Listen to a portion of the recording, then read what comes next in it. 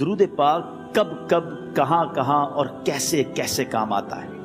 ایک بہت ہی خوبصورت واقعہ، بڑا ایمان افروز واقعہ ہے جو میں آپ کے سامنے پیش کرتا ہوں۔ ایک دوست نے اپنے ایک دوسرے دوست کو قرض دیا، اور جب اس نے قرض دیا تو وہ قرض ایک بڑی اماؤنٹ تھی، 3000 دینار۔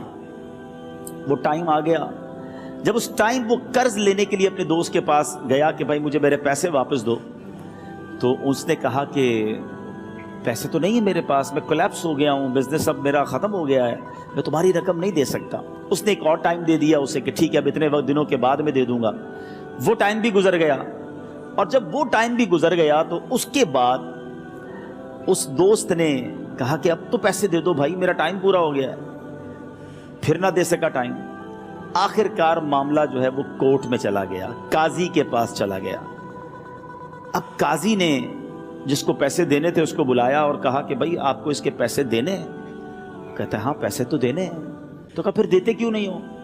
کہا پیسے ہیں ہی نہیں، کاروباری ختم ہو گیا ہے، قرضہ تو لیا تھا، اب میرے پاس بچا ہی کچھ نہیں ہے۔ تو کہا اچھا اب یہ بتاؤ کہ کب دو گے، کیسے دو گے؟ اس نے کہا بس میرے پاس پیسے ہی نہیں ہیں۔ تو کہا اب تمہارے پاس 30 دن کا ٹائم ہے، 30 ڈیز میں یا تو اس کے پیسے لوٹا دو یا 30 دن کے بعد تمہیں قید کر دیا جائے گا۔ یہ شخص اب گھر آیا، پیسے تو تھے نہیں، مگر شاید علماء نے لکھا کتابوں میں، یہ واقعہ کئی بڑی بڑی کتابوں میں لکھا اور درود پاک کے فضائل کی بڑی بڑی کتابوں میں لکھا، اور اس شخص نے سوچا کہ اس نے ایک حدیث پاک پڑھی ہوئی تھی کہ جس میں نبی پاک علیہ الصلوۃ والسلام نے فرمایا ہے، جس کا مضمون ہے کہ جو شخص پریشان ہو، مصیبت زدہ ہو، اسے چاہیے کہ مجھ پر کثرت سے درود پاک پڑھے، کیونکہ درود پڑھنا مصیبتوں اور پریشانیوں کو لے جاتا ہے۔ اب اس عاشق رسول نے سوچا اور تو کچھ ہے نہیں، اب میں درود پاک پڑھنا شروع کرتا ہوں۔ صبح سے لے کر شام تک وہ درود پاک پڑھنے لگ گیا۔ 27 دن گزر گئے، only 3 days left، 3 دن باقی تھے قاضی کے پاس جانے میں۔ 27 دن گزر گئے درود پڑھتے پڑھتے۔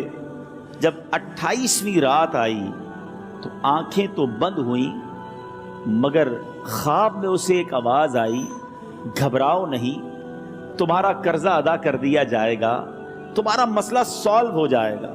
صبح اٹھتا ہے، درود پاک پڑھ رہا ہے، مگر کہتا ہے یہ آواز سے تو مسئلہ حل نہیں ہوگا، پیغام کیا ہے اسے سمجھ نہ آیا۔ 28واں دن گزر گیا، 29ویں رات آ گئی، مگر اب آنکھیں بند ہوئیں اور قسمت جاگ اٹھی۔ نبی پاک صاحب لولاک صلی اللہ تعالیٰ علیہ وسلم خواب میں تشریف لائے، اور پیارے آقا صلی اللہ تعالیٰ علیہ وسلم نے فرمایا گھبراؤ نہیں، علی بن عیسیٰ وزیر کے پاس جاؤ، وہ تمہارا قرضہ ادا کر دے گا۔ اب یہ عاشق رسول صبح اٹھا تو ویری فریش، حشاش بشاش کہ اب تو کام ہو گیا، نبی پاک نے خواب میں آ کر بشارت دی ہے۔ مگر پھر ذہن میں سوال آیا کہ علی بن عیسیٰ کے پاس جاؤں گا تو ثبوت کیا ہے، پروف کیا ہوگا؟ میں جا کر اس کو کہوں گا کہ میرا قرضہ دے دو، تو ایسے تو قرضہ نہیں دے دینا۔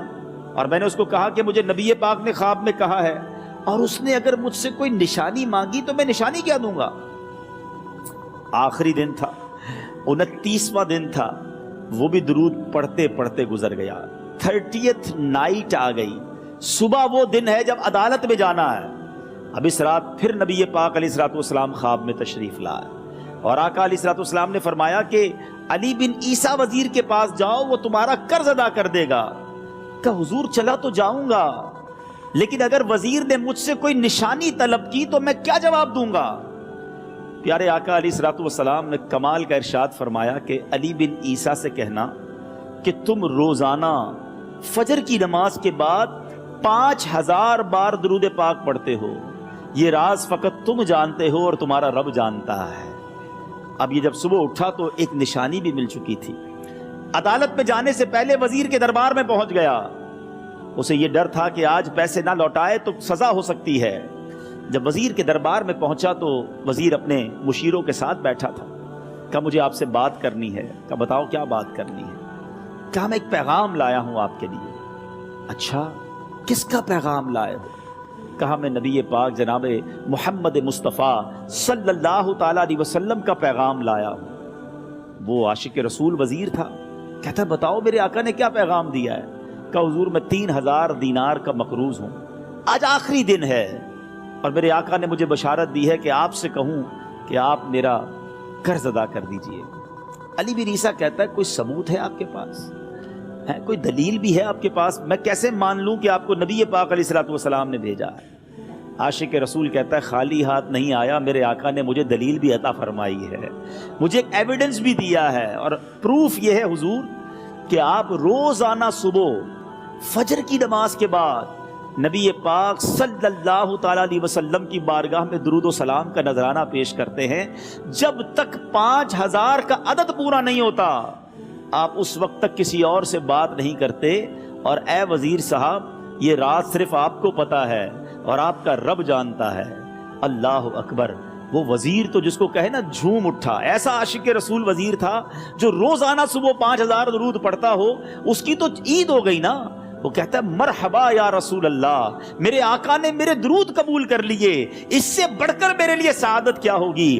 اب یہ وزیر اپنے سیٹ سے اٹھتا ہے، اپنے کمرے میں جاتا ہے، تھوڑی دیر بعد واپس آ کر اس عاشق رسول کے ہاتھ میں 3000 دینار رکھ کر کہتا ہے حضور پہلے 3000 دینار تو نبی پاک کا حکم کی میں ادب سے بجا لاتا ہوں، میرے آقا نے جو حکم فرمایا یہ 3000 دینار آپ کو پیش کرتا ہوں، حضور ایک اور 3000 دینار لیجئے۔ میرے گھر آپ آئے، اتنی اچھی خبر سنائی، آپ نے قدم رنجا فرمایا، یہ 3000 اس کا نذرانہ ہے، اور ایسا کیجئے 3000 اور لیجئے، اس سے اپنے بچوں کے لیے کچھ چھوٹا موٹا کام شروع کیجئے، اور ایک وعدہ کر کے جائیے آج کے بعد زندگی میں آپ کو جب بھی کوئی کام پڑے میں آپ کا بھائی ہوں، مجھے یہ خدمت کا موقع دیجئے گا۔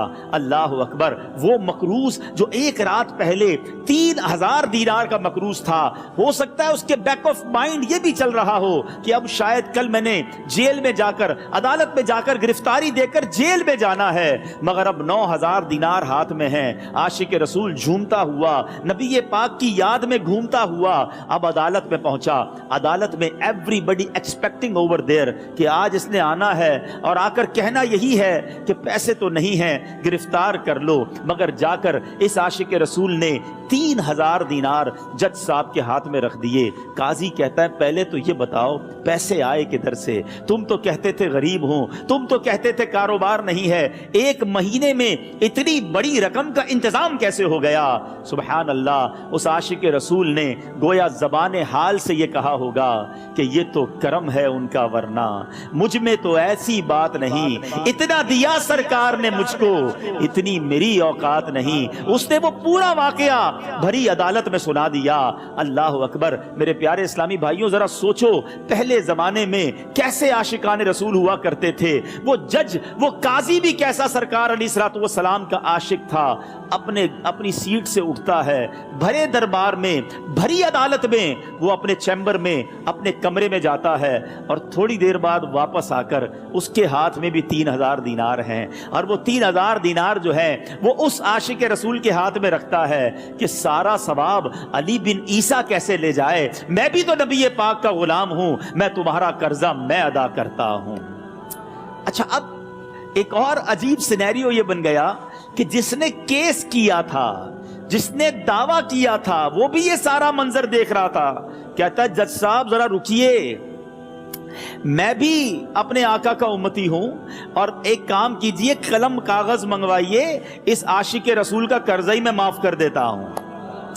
اچھا، اب عاشق رسول نے وہ واپس 3000 دینار جو جج صاحب نے دیے تھے وہ واپس جج صاحب کو دیے کہ حضور یہ پیسے آپ ہی رکھ لیں، قرضہ ہی معاف ہو گیا، اب آپ کے پیسے کا میں نے کیا کرنا ہے؟ جج صاحب کہتے ہیں جو پیسے نبی پاک کے نام پر نکالے ہیں اب مجھے واپس نہیں چاہیے، یہ بھی تم اپنے ساتھ لے جاؤ۔ اللہ اکبر! میرے میٹھے اسلامی بھائیوں، وہ عاشق رسول ایک رات پہلے 3000 دینار کا مقروض ہے، اب 12000 دینار لے کر گھر کو واپس جا رہا ہے۔ اس ایک واقعے کے اندر جو ہم سب کے لیے درس ہے، جو ہم سب کے لیے پیغام ہے، شاعر لکھتے ہیں نا، دکھوں نے تم کو جو گھیرا ہو تو درود پڑھو، دکھوں نے تم کو جو گھیرا ہو تو درود پڑھو، جو حاضری کی